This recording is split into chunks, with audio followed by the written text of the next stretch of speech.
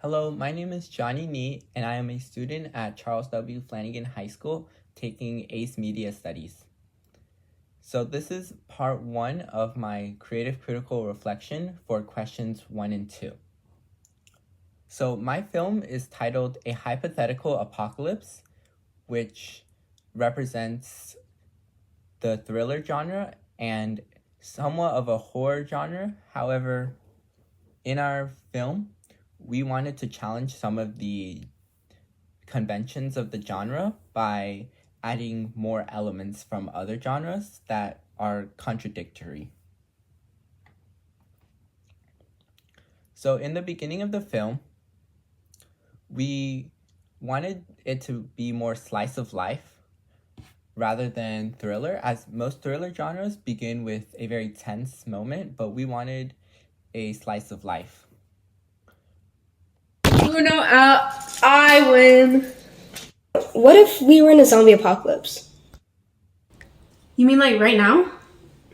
So in the beginning of our film, we made the slice of life happen by adding somewhat of a game atmosphere to the vibe in our opener. So the characters, they're first playing Uno, which is a very popular board game, and the audience feels like they're interacting with the characters as they're also playing Uno with them.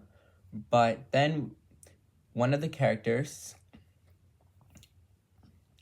interrupts and gets to the main climax of the movie, which is having a zombie apocalypse, which brings it back to the thriller genre. No, not like right now, in the near future. No, if we had the zombie apocalypse, that would mean we wouldn't have to go to school anymore. That would be.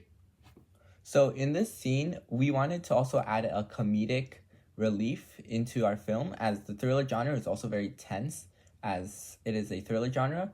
So one of our characters jokes that they wouldn't have to go to school anymore, which is supposed to be relatable and the audience finds humorous. Dream come true.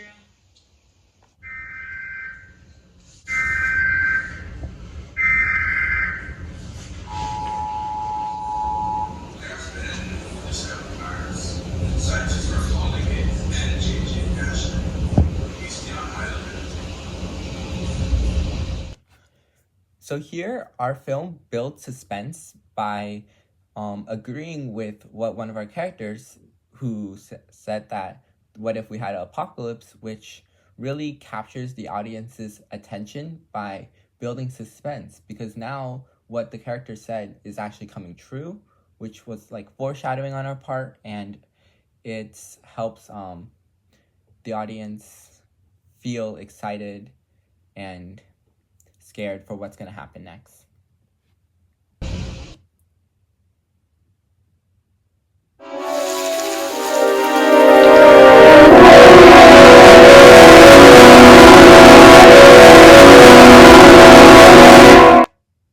So in this part, this really helps build the audience attention because it's really suspenseful.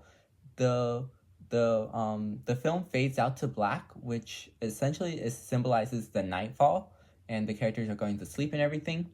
But then we have a hand rising out of the grave, which symbolizes the zombies. Now, in the TV commercial before, the zombies were not yet directly mentioned of, but now this confirms it, and we pair it with a melodic, discordant score in the background to build suspense.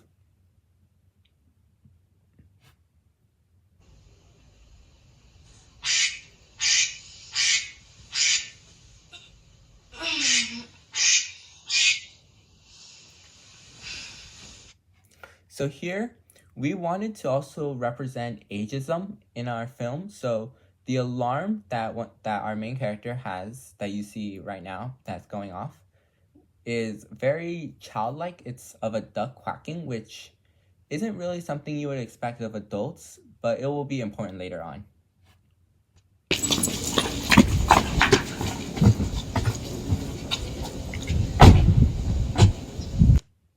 We all ready? Yeah.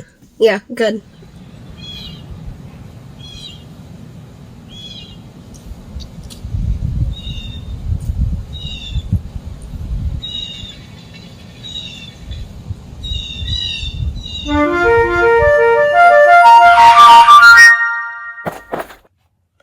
once again, just like in the graveyard scene, this scene also uses melody from the flute, which is also very like fun and playful, like, which is also the opposite of like a thriller / horror genre film.